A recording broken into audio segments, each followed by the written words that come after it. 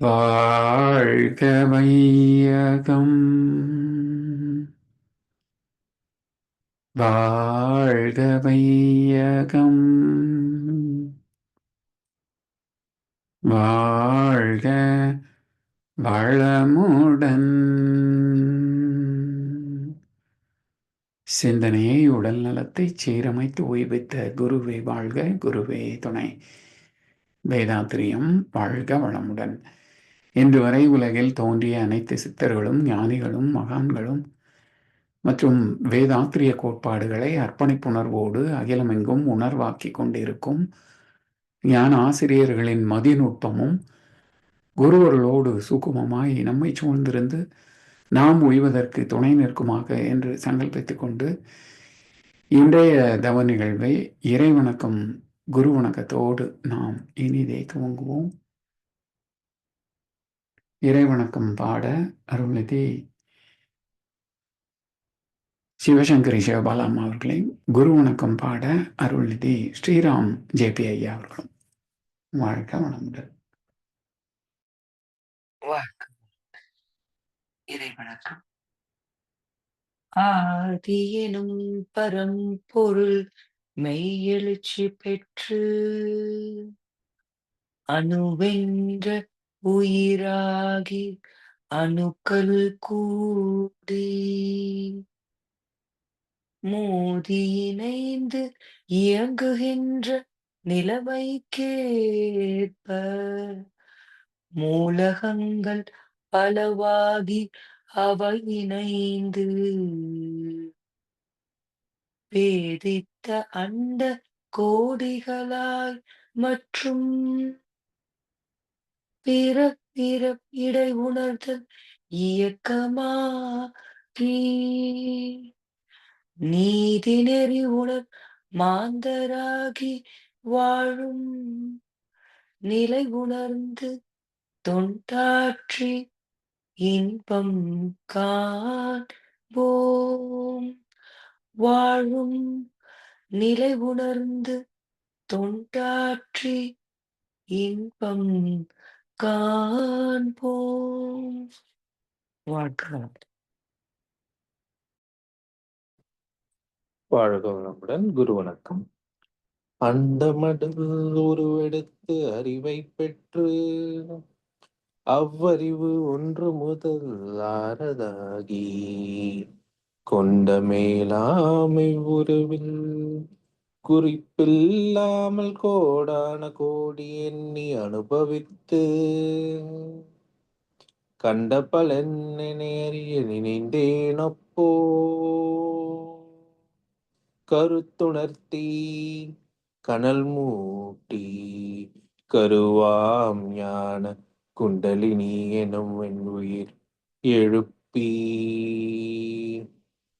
குறித்து என்னை அறிவித்த குருவே அன்பே, குருவே அன்பே. வாழ்க வளமுடன்.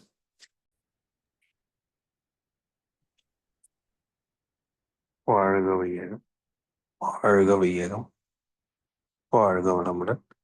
இன்று நமக்காக சிறப்பானது ஒரு 9 மைய தவம் நடத்தியும் அருள்நிதி சிவசங்கரி அம்மா அவர்களை வாழ்த்துவோம். அருள்நிதி சிவசங்கரி அம்மா அவர்கள் வாழ்க வளமுடன். அவர்களின் அன்பு குடும்பம் வாழ்க வளமுடன். அவர்களின் உடல் நலம், பொருள் வளம், மனவளம் மற்றும் அவர்களின் ஆன்மீக தொண்டம் வாழ்க வளமுடன். வாழ்க வளமுடன். வாழ்க வளமுடன். வாழ்முடன். இன்றைய ஞான களஞ்சிய கவிக்கு இசை வடிவம் வழங்கிட அருள்நிதி சங்கரி செந்திலம்மா அவர்களும், தொடர்ந்து சிறப்பாக விளக்கம் வழங்கிட மூத்த பேராசிரியர் ஞானாசிரியர் அருள்நிதி பழனிசாமி வேலுசாமி ஐயா அவர்களும். வாழ்க வளமுடன். வாழ்க வளமுடன். இன்றைய ஞான களஞ்சிய கவி இறை அன்பின் வினை விளைவு நீதி. அறிவாக என்னுள்ளே அமர்ந்தியங்கிக் கொண்டே அகன்ற பேரண்டத்துள் அடங்கியுள்ளவற்றை பொறியைந்தின் புலனைந்தின் இயக்கலை மூலம் புரிந்து கொள்ளும் நுட்பம் எனக்கு அளித்திட்டாய். நெறி பிறழ்ந்து மனிதனாற்றும் வினையை அதன் விளைவை நீயேதான் கருமையத்திழுத்து நுண்மையாக்கி இறுக்கி இருப்பாய் வைத்து ஏற்ற நாள் விரித்து இன்ப துன்பமாய் உணர்த்தும் உனது நீதி கண்டேன். நன்றி. வாழ்க வளமுடன். வாழ்க வளமுடன். வாழ்க வையகம், வாழ்க வையகம், வாழ்க வளமுடன். குரு வாழ்க, குருவே துணை. சால பிரமக்களே, அருட்பேராற்றின் அன்பு குரல். இன்றைய கவி அறிவாக என்னுள்ளே அமர்ந்து இயங்கிக் கொண்டே. மனிதனாக வந்த பிறகுதான் தன்னை தனக்கு மூலமாகிய பிரபஞ்ச தன்மாற்ற வரலாற்றை பின்னோக்கி பார்க்கின்ற அறிவு திறம் வெளிப்பட்டது அந்த சுத்தவெளிக்கே. ஆதி சிவம் என்ற சுத்தவெளியிலிருந்து ஐந்தறிவு விலங்கினல் வரைக்கும் விலங்கினங்கள் தனது பாதுகாப்பு, பராமரிப்பு, இனவிருத்தி என்ற 3 தேவைகளுக்கான நுட்பங்களை கற்று வைத்திருக்கும். ஆனால் தனக்கு மூலமாகிய வரலாற்றை பின்னோக்கி சிந்திக்க முடியுமா என்றால் அது இயலாது. அதனால் மறைபொருள் அறிவாக, பகுத்தறிவாக 6வது நிலையிலே, 6வது செயல்பாட்டிலே ஆராய்ச்சி அறிவாக, சிந்தனை அறிவாக, சீர்தூக்கி பார்க்கின்ற அறிவாக வந்த ஒரு அற்புதமான ஜீவன்தான் மனிதம். எனவே அறிவாக என்னுள்ளே அமர்ந்து இயங்கிக் கொண்டே அகன்ற பேரண்டத்துள் அடங்கியுள்ளவற்றை பொறி 5இன் புலன் 5இன் இயக்க அலை மூலம் புரிந்து கொள்ளும் நுட்பம் எனக்கு அளித்திட்டாய். மனிதனாக பிறந்த எல்லோருக்கும் இந்த பாக்கியம் கிடைக்கிறதா? விலங்குகளைப் போலவே பாதுகாப்பு, பராமரிப்பு, இனவிருத்தி, சொத்து சேர்ப்பது, அந்த எக்ஸ்ட்ரா ஃபிட்டிங் சொத்து சேர்க்கிறது மட்டும்தான். மற்றபடி விலங்குகளுக்கும் மனிதனுக்கும் பெரிய பேதம் கிடையாது. கண்ணதாசன் ஒரு பாடல் அழகா சொன்னார், 6 அறிவில் ஓரறிவு அவுட்டு, இருக்கும் 5 அறிவும் நிலைக்குமான அதுவும் கூட டவுட்டுன்னார். எந்தெந்த வகையிலே 6ஆம் அறிவு மறைந்து போகிறது என்று சில உதாரணங்களுக்கு சொல்வார். தன் ரேகை தெரியாத பொய் ரேகை காரனிடம் அவன் கண்டது போல் சொல்லுவதை நம்புகின்ற வகையிலும் 6 அறிவில் ஓரறிவு அவுட். இப்படி சில உதாரணங்களை காட்டி பகுத்தறிவு மனிதத்திலே செயல்படுவது இல்லை, 5 அறிவு வகையிலே தான் வாழ்ந்து கொண்டிருக்கிறார்கள் என்று கண்ணதாசன் அற்புதமாக வேடிக்கையான ஒரு பாடலை சொல்லி வைத்தார். அதுபோல பிறந்த மனிதர்களுக்குள்ளும் எங்கோ யாரோ ஒருவர் தான் தன் மூலத்தை பற்றி சிந்திக்கின்ற ஆர்வத்தோடு பிறக்கிறார்கள். அந்த ஆர்வத்தின் மூலமாக அந்த பெரும் பேற்றை பெறுகிறோம். அத மகிழ் சொல்றாங்க, என்னுள் இருக்கின்ற அறிவை கொண்டே அகன்ற பேரண்டத்துள் அடங்கியுள்ளவற்றை, பிரபஞ்ச வரலாறு, பொறி ஐந்தின் புலன் ஐந்தின் இயக்க அலை மூலம் உயிரின வரலாற்றில் 5 விலங்குகள் வரைக்கும் பெற்ற ஐம்புலன்கள். பொறி ஐந்தின் புலன் ஐந்தின். பொறி என்பது உணர்புலன்கள். அடுத்தது செயல் புலன்கள். ஞான கர்ம இந்திரியங்கள் என்று சொல்வார்கள். ஞானேந்திரியம் கர்மேந்திரியம் என்று சொல்வார்கள். அப்ப உணர்புலன்கள், செயல் புலன்கள், பொறி ஐந்தின் புலன் ஐந்தின் இயக்க அலை மூலம் புரிந்து கொள்ளும் நுட்பம் எனக்கு அளித்திட்டாய். அந்த வாய்ப்பு, அந்த பாக்கியம் கிடைத்தது பெரும் பேறு எனக்கு அளித்திட்டாய். நெறி பிறழ்ந்து மனிதன் ஆற்றும் வினையை அதன் விளைவை நீயேதான் கருமையத்து இழுத்து நுண்மையாக்கி இறுக்கி இருப்பாய் வைத்து ஏற்ற நாள் விரித்து இன்பத் துன்பமாய் உணர்த்தும் உனது நீதி கண்டேன். இந்த ஆராய்ச்சியிலே பெற்ற தெளிவு என்ன? இறைவன் இருந்தால் என்ன, இல்லாவிட்டால் என்ன, பூமி சுழன்றால் என்ன, சுழலாமல் நின்றால் என்ன, இதெல்லாம் அறிந்து கொள்வதன் பயன் என்ன? அது முக்கியம் அல்லவா? அந்த பயன் என்ன என்றால், நெறி பிறழ்ந்து மனிதன் ஆற்றும் வினையை. இந்த இடத்துல நெறி பிறழ்ந்து ஆற்றும் வினை என்றால் பாவ கர்மா, முரண்பட்ட அதர்ம செயல். அப்போ புண்ணிய செயல் பதியாதா? கொஞ்சம் யோசிக்க வேண்டிய கருத்து இது. பொதுவா பாவ புண்ணியம் இரண்டுமே பதியும் தான் பேசுறோம். ஆனா மகர்ஷி அவர்கள் இங்க நெறி பிறழ்ந்து மனிதன் ஆற்றும் வினையை அதன் விளைவை என்கிறார். அப்ப நெறியோடு இணைந்தது என்ன ஆகும்? இந்த இடத்துலதான் இன்னொரு நுட்பம் மறைந்திருக்கிறது. மனம் சுயநலத்தின் காரணமாகத்தான் நெறி பிறழ்கிறது தவிர, மனம் அடக்க நிலையிலே பொது நலத்தின் பார்வையிலே மனம் தவறு செய்வது இல்லை, பாவங்களை செய்வது இல்லை. அப்ப மனம் எந்த அலைநிலையில், அலை வேகத்தில் அறம் சார்ந்து வாழும் என்றால் அமைதி நிலையிலே, சாந்தமான மனநிலையிலே. அதுக்கு பெயர் அறிவு, புலனறிவு. அப்ப அறிவு மட்டும் செயல்படுகின்ற போது அதில் இன்பம் மட்டுமே இருக்கும். இன்பமே இயற்கையிலே எங்கும் எதிலும் நிறைந்துள்ளது அனுபவத்திற்கு.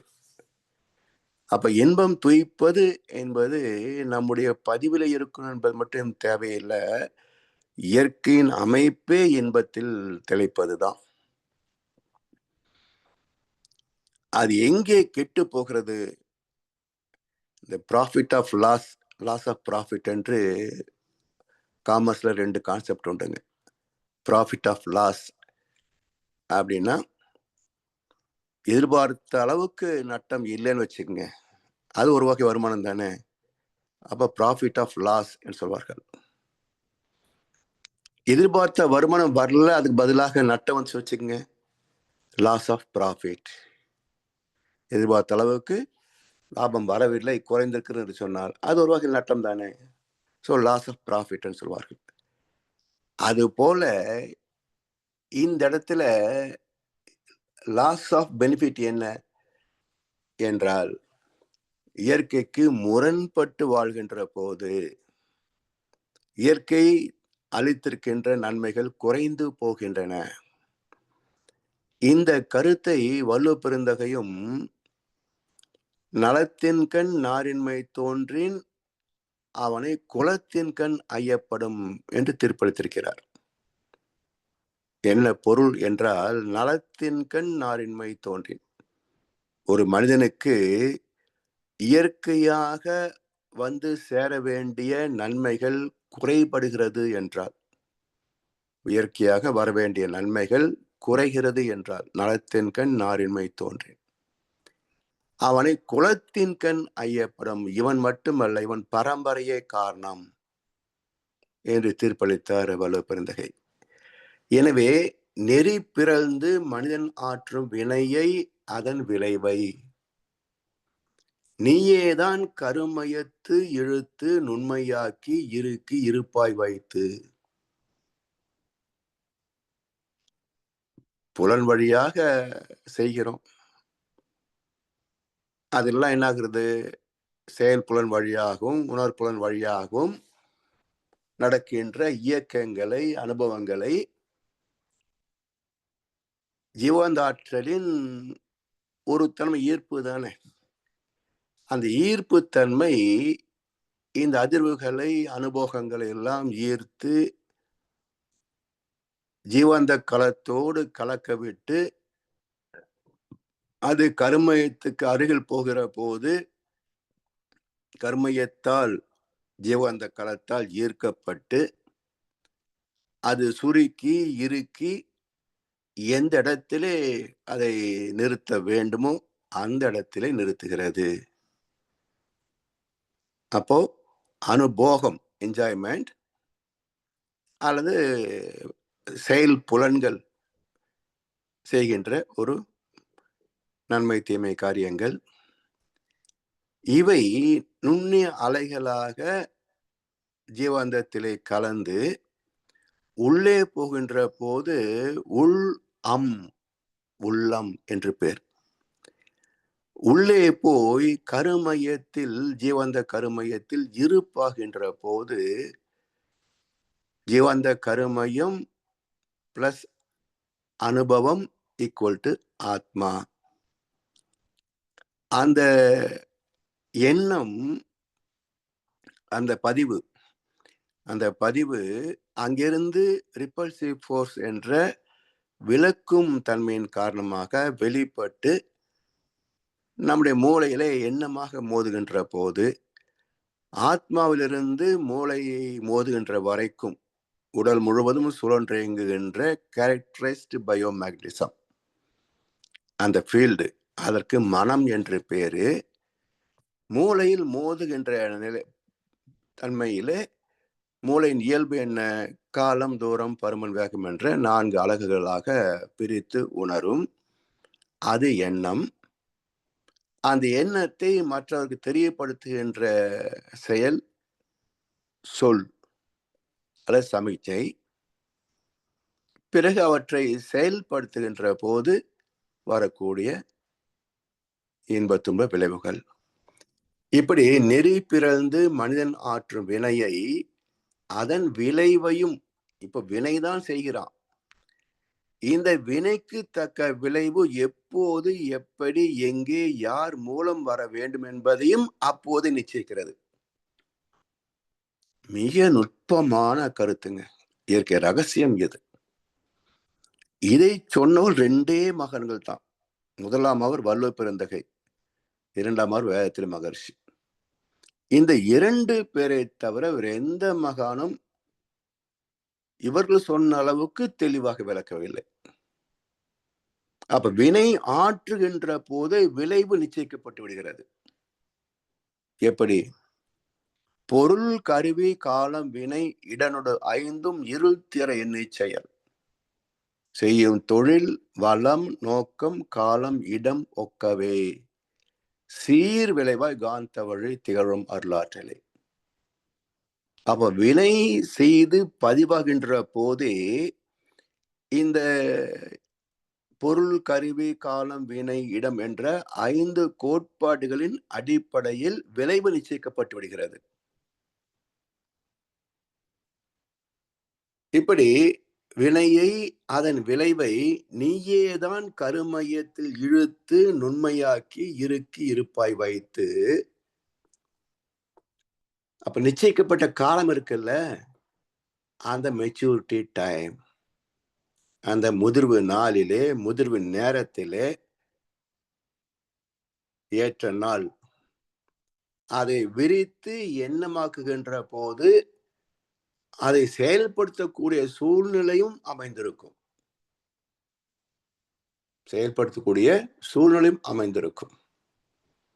அந்த சூழ்நிலையில் சிக்குகிறோமா தப்புகிறோமா என்பது ஞானத்தை பொறுத்தது. ஞானம் பெற்றவர்கள் தப்பி விடுவார்கள், ஞானம் பெறாதவர்கள் சிக்கி விடுவார்கள். இப்ப ஞானம் என்பது என்ன? அறிவை பயன்படுத்தக்கூடிய திறன். எனவே இறுக்கி இருப்பாய் வைத்து ஏற்ற நாள் விரித்து இன்ப துன்பமாய் உணர்த்தும் உனது நீதி கண்டேன். நெறி பிறந்த செயலுக்கு இன்பம் எப்படி வரும்? வராது இல்லையா? இந்த இடத்துல இயற்கையே இன்பமாய்த்தான் இருக்கிறது, அது வந்து கொண்டேதான் இருக்கும். அந்த இன்பம் தடைப்பட்டு அந்த இடத்துல ஒரு துன்ப அனுபவம் வருவதற்கு இந்த வினை பதிவு இருக்கு பாருங்க, தீய வினை பதிவு, அது இந்த இடத்துல எழுச்சி பெற்று நன்மையை பிளாக் தடுத்து விட்டு இது செயலுக்கு வருவது. அதனால் இன்பத்தை துய்த்து கொண்டிருக்கிறோம், அந்த இடத்துல துன்பம் விளைகிறது. மகிழ்ச்சியான தருணம், உறவு நட்பெல்லாம் சேர்ந்து சந்தோஷமா பேசிட்டு இருக்கிறோம். தவறான ஒரு வார்த்தை அடுத்த மனசை தைத்திருது, உடனே பகையாக மாறுகிறார். அப்ப இன்பமான சூழ்நிலையில ஒரு பகை எப்படி தோன்றியது? இதான் இன்ப துன்பமாய் உணர்த்தும் உனது நீதி கண்டேன். இதுதான் தெய்வ நீதி என்று பேர். இந்த தெய்வ நீதி தான் முதலில் இயல்புக்க விதியாகவும், இறை துகளிலே இயல்புக்க விதியாகவும், பிறகு விண்ணிலே இயற்கை விதியாகவும், பிறகு ஜீவன்களிலே செயலுக்கத்தக்க விளைவாகவும் வெளிப்படுகிறது. அப்போ இயல்புக்க விதி, இயற்கை விதி, செயலுக்கு விளைவு என்ற விதி என்ற 3 விதியும் தெய்வ நீதிக்குள் அடக்கம். தெய்வ நீதி தோன்றிற்கு காரணம் அறிவு. அப்ப தெய்வ நீதி எங்கே பிறக்கிறது என்றால் இயக்கத்தில் பிறக்கிறது, இருப்பில் கிடையாது. அதனால்தான் பகவத்கீதையில் என்ன சொல்கிறாங்க? வினை, வினை பலன், வினை தலைமை, இவற்றை இறைவன் உலகுக்கு உண்டு பண்ணவில்லை, இயற்கையை இங்கனம் சேவிக்கிறது. தெளிவா சொல்லிட்டார். அப்ப சுத்த வெளி எதையும் நிச்சயிப்பது இல்லை. அதன் இயல்பு அடக்கம் பேரறிவு. அந்த பேரறிவு எழுச்சி பெற்று இயக்கத்தில் வருகின்ற போது அறிவே ஆற்றலாய் இயங்குவதால் அறிவின் சீர்மை ஆற்றலுக்குள் ஒழுங்காக அமைகிறது. எனவே இயல்புக்கத்தால் இயங்குகின்ற அனைத்தும் உள்ள இடம் இயற்கை, பிரபஞ்சம், உலகம், யூனிவர்ஸ். இதற்குள் தான் விதி செயல்படும். எனவே பேரறிவு தெய்வ நீதியாக வெளிப்படுகின்ற போது முதலில் இறை துகளில் இயல்புக்க விதியாகவும், பஞ்சபூதங்களில் இறை இயற்கை சட்டமாகவும், ஜீவராசிகளில் மனிதன் வரைக்கும் செயலுக்கு தக்க விளைவாகவும் ஒரே பேரறிவு தான் அனைத்தையும் ஆண்டுண்டிருக்கிறது. அப்ப இன்ப துன்பமாய் உணர்த்தும் உனது நீதி கண்டேன். சரி, இந்த நீதியை, தெய்வ நீதியை அறிந்த பிறகு என்ன செய்யணும்? இறை வழிபடுதல். அந்த தெய்வ நீதியோடு ஒத்து உதவி இணைந்து வாழ்வதே சுகமான, பாதுகாப்பான, நிறைவான வாழ்வுக்கு வழி. இதை அலட்சியப்படுத்திவிட்டாலோ, அவமதித்தாலோ, அறியாமையில் வாழ்ந்தாலோ துன்பங்கள் வந்தே தீரும். அதனால் இன்றைய உலகம் இந்த அளவுக்கு சிக்கல்களில் சிக்கி தவிப்பதற்கு காரணம் என்ன என்றால் இந்த தெய்வ நீதியை புரிந்து கொள்ளவில்லை. ஏன் என்றால் தெய்வத்தை பற்றிய வியாபாரத்தை மேற்கொண்ட மதங்கள், மதவாதிகள் தெய்வ நீதியை விலக்கி சொல்வதற்கு தவறிவிட்டார்கள். அப்படிப்பட்ட அமைப்பே உலகத்தில் கிடையாது. அதனால் தெரிந்து கொள்கின்ற வாய்ப்பு மக்களுக்கு கிட்டவில்லை. அதனால் தன்னை அறியாமல் தான் கெடுகின்றனன் என்று தீர்ப்பளித்தது திருமந்திரம். இதை உணர்ந்து கொண்டால் நம்முடைய வாழ்க்கையை பற்றி நமக்கு எதுவுமே தெரியாது, இது எங்கே கற்றுக்கொள்ள முடியும் என்ற ஒரு தேடல் வந்தால்தான் தன்னை அறியும் அறிவை அறிந்த பின் தன்னை அர்ச்சிக்க தாஞ்சிருந்தானே, ஆத்ம தூய்மை செய்து கொள்வதுதான் பிறப்பின் நோக்கம். வினை பதிவாம் சுமையை விடுத்து தூய்மை பெறவே நினைவாய் உடல் எடுத்து நிலம் மீது விழுந்த பின்னே. எல்லாம் மறந்து போகுது. என்னை மறந்தேன், எந்த வினை மறந்தேன், அது மட்டுமா உனை மறந்தேன் இறைவா. அப்ப இறைவன் யாரை தடுத்தாட்கொள்கிறான்? நான் மறந்துட்டேன், ஆனாலும் நீ இன்ப ஊற்றாய் நிறைந்து என்னை மீட்டு இன்ப ஊற்றாய் நிறைந்த இறைவா. அப்ப யாரை மீட்டு தடுத்தாட்கொள்கிறான் என்றால், யாருடைய ஆத்மாவிலே பாவப்பதிவு குறைந்திருக்கிறதோ, மிக குறைந்திருக்கிறதோ, அப்படிப்பட்ட புனிதாத்மாவை தேர்ந்தெடுத்து அவர்களுக்கு தன்னை காட்டிக் கொள்கின்றான் இறைவன். தன் பரிணாமத்தை விளக்கி சொல்கின்றான். அதை தெரிந்து கொண்டதன் நோக்கம் என்ன, பயன்பாடு என்ன என்றால், எல்லோரும் இன்புற்று இருக்க நினைப்பதுவே அல்லாமல் வேறொன்றும் அறியேன் பராபரமே. இந்த உலகத்தில் அடைவதற்கு, சாதிப்பதற்கு, துய்ப்பதற்கு ஒன்றுமே கிடையாது. Life is nothing. நேற்று வந்து இன்றிருந்து நாளை போகும். இங்கே நடந்ததெல்லாம் முடிந்து போன நாடகமாகும். அந்த சரித்திரத்தை யாரும் படிக்க மாட்டாங்க, யாரும் எழுதவும் மாட்டாங்க. நாம் வாழ்ந்த சரித்திரத்தை யாரும் எழுத மாட்டாங்க. நாம எழுதி வைத்தாலும் யாரும் படிக்க மாட்டாங்க. இன்றைக்கு சித்திர வரலாறு எல்லாம் அம்பாக் ஸ்டோரி தான். எந்த சித்திரம் தனது வரலாற்றை எழுதி வைக்கல. இன்று எழுதுறவங்க யாரும் அந்த சித்திர வாழ்க்கையை பற்றி தெரிந்தவர்கள் அல்ல. ஸோ எல்லா சித்தர்கள் பற்றிய வரலாறு யூடியூப்ல எல்லாம் வருது பாருங்க, எல்லாம் ஹம்பாக் ஸ்டோரிஸ் தான். எதுவுமே நிஜம் கிடையாது. அவனுக்கு தோணியதெல்லாம் எடுத்துட்டு விட்டுட்டு இருப்பாங்க. எனவே இதை புரிந்து கொண்டு நம்மை திரித்தமைத்துக் கொள்ள வேண்டும். அருட்பேராற்றின் அன்பு குரலை கேட்டு மகிழ்ந்து நிறைவாக வாழ வேண்டும் என்ற கருத்தை மகர்ஷி அவர்கள் சிறப்பாக இந்த 10 கவிகளிலே விளக்கியிருக்கின்றார்கள். தெளிந்து பயன் கொள்ளும் என்று சொல்லி வாய்ப்பளித்தனருக்கு நன்றி பாராட்டி இன்றைய உரை நிறைவு செய்கின்றோம். வாழ்க வளமுடன், வாழ்க வையகம். வாழ்க வளமுடன் ஐயா. வாழ்க வளமுடன் ஐயா. அருமை. தொடர்ந்து சிறப்பாக நற்சிந்தனை வழங்கி வந்து கொண்டிருக்கும் மூத்த பேராசிரியர் ஞானாசிரியர் அருள்நிதி பழனிசாமி வேலுசாமி ஐயா அவர்களும் அவரது அன்பு குடும்பத்தினரும் அருட்பேராற்றல் கருணையினால் உடல் நலம், நீளாயுள், நிறை செல்வம், உயர் புகழ், மெய்ஞானம் ஓங்கி வாழ்க வளமுடன், வாழ்க வளமுடன், வாழ்க வளமுடன். பாடக பாடி நிறைவு செய்ய அருள்நிதி சங்கரி செந்திலம் அவர்களை அன்போடு அழைத்துமைப்போம். வாழ்க வளமுடன். வாழ்க வளமுடன். வேதாத்திரிய பாடல்.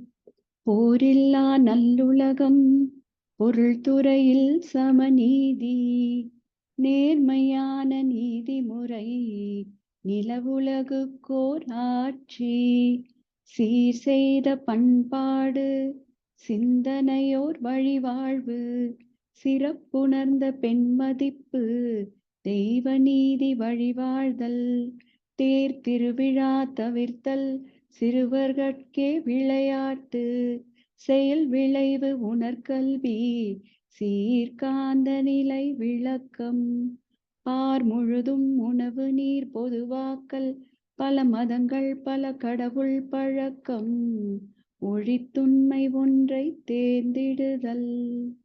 பிரம்மஞான கவி. இறைவெளியே தன்னிருக்க சூழ்ந்தழுத்தும் ஆற்றல் இதன் திணிவு மடிப்பு விழ சுழலும் நுண்விண்ணாம் இறைவெளியில் விண் சுழல நெருக்குகின்ற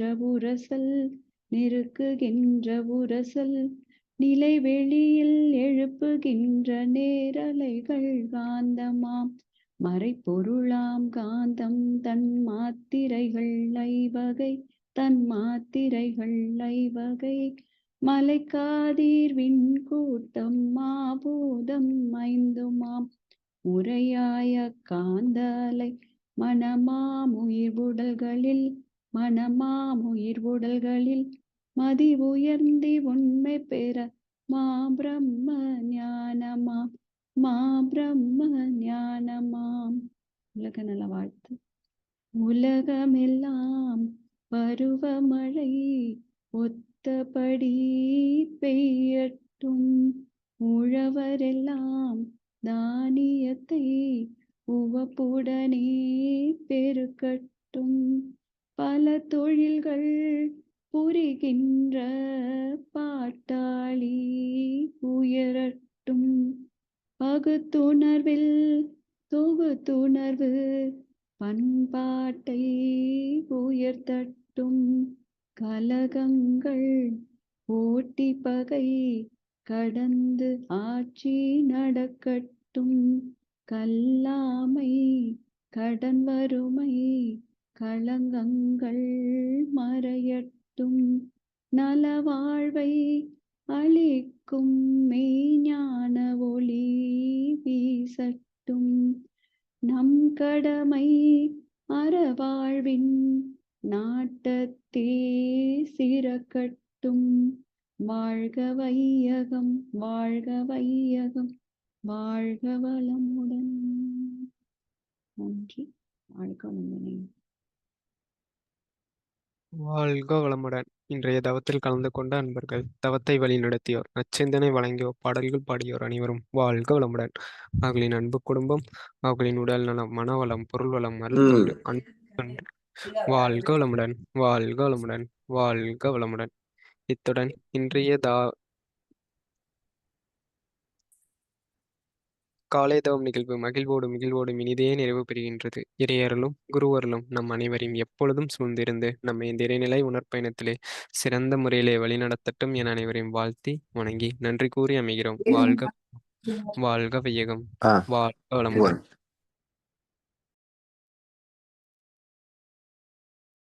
வாழ்க வளமுடன்.